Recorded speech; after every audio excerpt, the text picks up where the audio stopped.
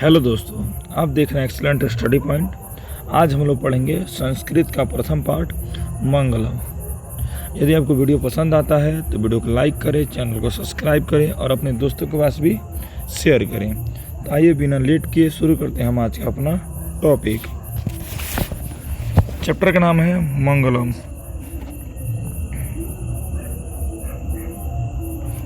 ये class 10th का है प्रथम पाठ। ठीक है, तो चलिए शुरू करते हैं। लिखा है उपनिषदः वैदिक वाङ्मयस्य अंतिम भागे दर्शन शास्त्रस्य सिद्धांतानं प्रकटयन्ति। कहने का मतलब उपनिषद वैदिक वाङ्मयस्य, वैदिक वाङ्मय का मतलब होता है वैदिक साहित्य। वैदिक वाङ्मय का मतलब होता है वैदिक साहित्य। जो उपनिषद है वैदिक साहित्य का अंतिम भाग है। अंतिम भाग मतलब उपनिषद वैदिक साहित्य का अंतिम भाग, ठीक है। दर्शन शास्त्र से सिद्धांतानं प्रकटयन्ति, जो दर्शन शास्त्र के सिद्धांत को क्या करता है, प्रकट करता है। तो इससे हमको दो सवाल का आंसर मिला कि उपनिषद का जो है वो वैदिक साहित्य का अंतिम भाग है, ठीक है। इसको लिख लीजिएगा, उपनिषद वैदिक साहित्य की क्या है, अंतिम भाग है। उपनिषद क्या है, उपनिषद वैदिक साहित्य का, वैदिक साहित्य का क्या है, अंतिम भाग है, ठीक है। ये आपको समझ में आ गया। एक और चीज़ क्या हमको पता चला कि जो ये उपनिषद है वो दर्शन शास्त्र के सिद्धांत को क्या करता है, प्रकट करता है, ठीक है। अगला है सर्वत्र परम पुरुषस्य परमात्मानं महिमा प्रधानतया गीयते। मतलब सर्वत्र मतलब सभी जगह, सर्वत्र मतलब सभी जगह, परम पुरुषस्य परमात्मा महिमा प्रधानतया गीयते, मतलब सभी जगह जो होता है ना, परम पुरुष के महिमा की प्रधानता का गुणगान किया जाता है, ठीक है। हर जगह जो परमात्मा होता है ना, परमात्मा है, ईश्वर है हमारे, उन्हीं के महिमा का गुणगान किया जाता है। तीन परमात्मना जगत व्याप्त अनुशासितः चस्ति, जो यह परमात्मा है वो जगत में क्या है, सभी जगह व्याप्त है, मतलब हर जगह विद्यमान है तथा अनुशासित है। स एवं सर्वेशा तपसा परम लक्ष्यम, जो परम लोग होते हैं, जो परमात्मा लोग हैं, वो क्या है, वो उनका अंतिम जो लक्ष्य है, परम लक्ष्य है, वो ईश्वर की प्राप्ति है। अस्मिन् पाठे परमात्मरा उपनिषद पदात्मक पंचमात्रा। अस्मिन् पाठे मैंने इस पाठ में उपनिषद का जो है ना वो पदात्मक रूप, देखिए दो प्रकार के होते हैं। जैसे में ये पद के रूप में है, जितने इसमें मंत्र हैं ये सब पद के रूप में, ठीक है, छंद के रूप में है। जो कहानी टाइप का होता है वो गद्य होता है और ये क्या होता है, पद है, ठीक है। तो अस्मिन् पाठे, इस पाठ में अस्मिन् पाठे परमात्मा उपनिषद पदात्मक पंच मंत्र संकलित संति, मतलब इस पाठ में कुल 5 मंत्र क्या किए गए हैं, संकलित किए गए हैं, जो कहाँ से लिए गए हैं, उपनिषद से लिए गए हैं, ठीक। तो इतना आपको आई होप समझ में आ गया होगा। एक बार उसको रिपीट कर दे रहे हैं कि क्या है, इससे क्या क्या सवाल पूछा जा सकता है। देखिए उपनिषद वैदिक साहित्य के क्या है, अंतिम भाग है, ये एकदम याद होना चाहिए आपको। और यह किसको रिप्रेजेंट करता है, किसको प्रदर्शित करता है, तो दर्शन शास्त्र के सिद्धांत को प्रकट करता है, ठीक है। सर्वत्र मतलब जो कौन सभी जगह क्या है, उपलब्ध है, विद्यमान है, तो परमात्मा। और किसकी महिमा का हमेशा गुणगान किया जाता है, परमात्मा का। और ये पूछा जाए कि कौन सब जगह व्याप्त है, तो दिया कि परमात्मा। और कौन अनुशासित है, तो परमात्मा। और इस मंगलम पाठ में चैप्टर का नाम है मंगलम, ठीक है। तो मंगलम में कुल कितने मंत्र हैं, तो 5 हैं। और ये भी याद रखिएगा 4 उपनिषद से लिए गए। कुल उपनिषदों की संख्या 108 है। उपनिषद की संख्या कितनी है, 108। और इसमें 5 मंत्र लिए गए हैं, जो 4 उपनिषद लिए गए हैं। एक है ईशावास्यम उपनिषद, ये है कौंठो उपनिषद, कौंठो उपनिषद। और ये मुंडको उपनिषद, मुंडको उपनिषद, ठीक है। ये भी मुंडको उपनिषद से लिया गया है। और एक लिया गया ईशावास्य से, अरे सॉरी श्वेताश्वर से, श्वेताश्वर उपनिषद से लिया गया है। तो याद रखिएगा, ठीक है। अब हम लोग पढ़ेंगे क्या, इसका शब्दार्थ हम लोग पढ़ेंगे, कैसे निकालेंगे इसका अर्थ।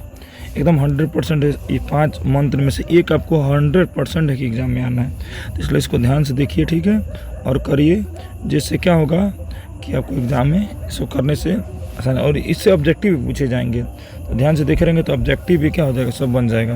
देखिए पहला है हिरण्मयेन पात्रेण सत्यस्य पियतम मुखम तत्वम पुष्ण अप्रिवण्यु सत्य धर्माय दृष्टि। देखिए इसको देखने से पहले एक बार हम आपको दिखा दें, ये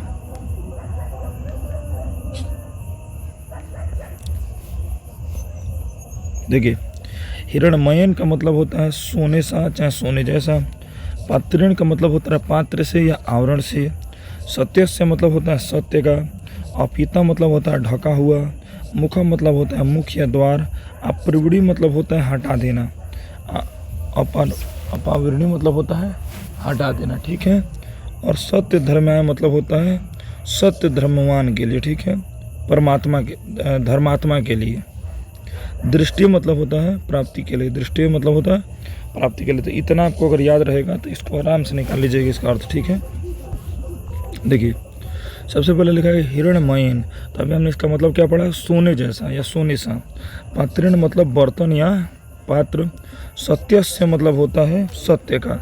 और इसमें देखिए ये आकार दिख रहा है आपको, इसको अ पढ़ दें, अपियतम। अपियतम मतलब ढका होना, और मुखम मतलब मुख। तो इसको मिलाएंगे तो क्या मिलेगा, सत्य का मुँह जो मुख है, सत्यस्य मुखम, माने सत्य का मुख है ढका हुआ किससे, सोने जैसे पात्र से। तो इसका हमने क्या समझा कि जो सत्य का मुख है वो सोने जैसे पात्र से ढका है। तत्वम पुषण आवृणु सत्य धर्माय दृष्टि। इसकी प्राप्ति के लिए देखिए तत्व मतलब इसकी प्राप्ति, दृष्टि मतलब प्राप्ति के लिए। पुषण मतलब छोड़ देना चाहिए, त्याग करना चाहिए। क्या करना चाहिए, जो धर्मात्मा होते हैं, सत्य धर्माय मतलब धर्मात्मा, जो धर्मात्मा होते हैं इसकी प्राप्ति के लिए क्या करते हैं,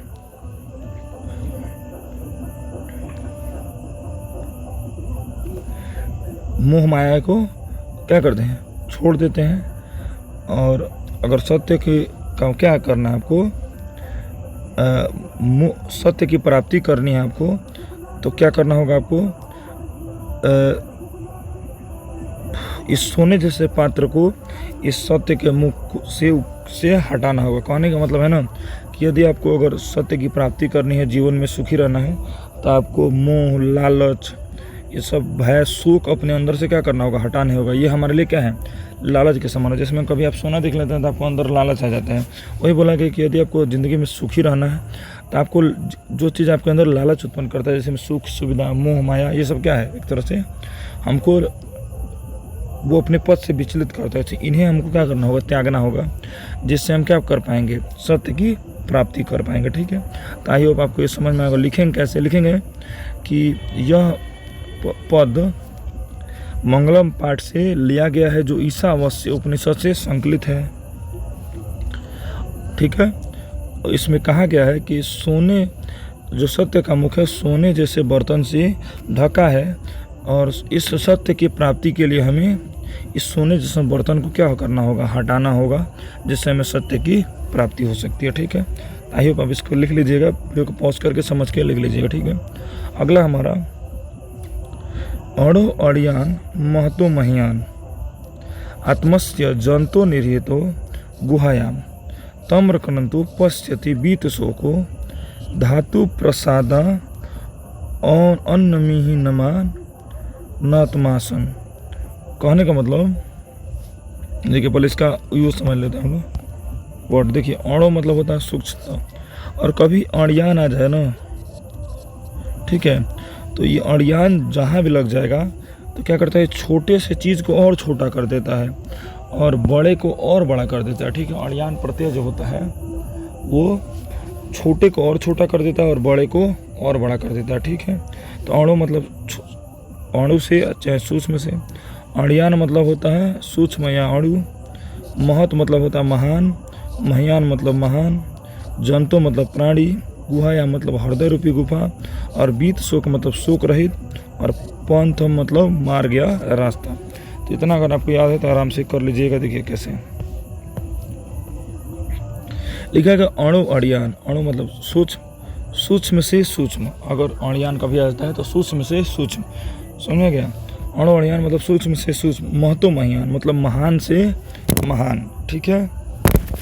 महतो महयान, अणु अणुयान मतलब सूक्ष्म से सूक्ष्म, और महतो महयान मतलब महान से महान। आत्मस्य, आत्मा जंतो निरतो गुह्याम। देखिए इसमें बोला कि आत्मा जो है ना, जो छोटा से छोटा है, मतलब सूक्ष्म से सूक्ष्म और महान से महान है। जो जंतु निरतो, जो जंतु के अंदर क्या करता है, निहित करता है। और कहाँ निहित करता है, गुहायाम मतलब हृदय रूपी गुफा में। तो हम कहेंगे इसको, जो हमारी आत्मा है महान से महान है और छोटा से छोटा है, जो मनुष्य रूपी शरीर में, जंतु रूपी शरीर में, हमारे हृदय रूपी गुफा में क्या है, निहित है। तम्र क्रंतु पश्यति बीत शोके, इसे हमें बीत मतलब शोक रहित रखना होगा। यदि हमें अपने आप को खुश रखना है तो क्या रखना होगा, इसे शोक रहित रखना होगा। यदि धातु प्रसाद अन्न मिहना मान मात्समन, मतलब इसका मतलब हुआ कि जो हमारी आत्मा है सूक्ष्म से सूक्ष्म और महान से महान है, जो हमारी हृदय रूपी गुफा में निहित है। इसे हमें क्या करना है, अगर शोक रहित रखना है तो हमें क्या करना होगा, हमें अपने लोभ लालच से दूर रहना होगा, ठीक है। तो ये इसका अर्थ आई होप आपको समझ में आया होगा। इसको लिखेंगे कैसे कि मंगलम पाठ से लिया गया है, जो कंठो उपनिषद से संकलित है। उसके बाद इसको लिख देंगे, ठीक है। चलिए तो अभी के लिए बस 2 ही को पोस्ट करते हैं, क्योंकि बगल में थोड़ा शोरगुल हो रहा है, इसलिए डिस्टर्बेंस हो रहा है। अगर वीडियो आपको पसंद आता है तो वीडियो को लाइक करिए और चैनल को सब्सक्राइब करिए, ठीक है। अगले वीडियो में हम अगला 3 को हम करके डाल देंगे, ठीक है। धन्यवाद।